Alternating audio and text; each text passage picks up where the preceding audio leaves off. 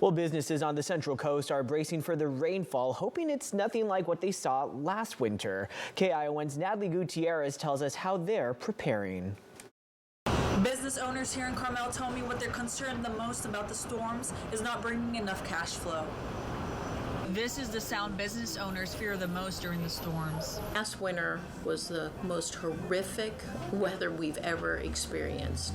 Our store was closed because we had no power. The main effect was power outages and lots of customers as well because everyone was staying inside. Odo hopes the city of Carmel lends a hand to help shop owners if they see similar outages this time around. Carmel has concerns with generators making too much noise, but my opinion is if there's no power in Carmel, and there's no lights, and there's no internet, and there's no fire alarms working, that we should be able to have generators. They need generators so that the power can be on, so that we're safer and we can conduct business and live in our homes. Monterey County says Public Works are working on a sandbag wall to protect homes around the Carmel Lagoon.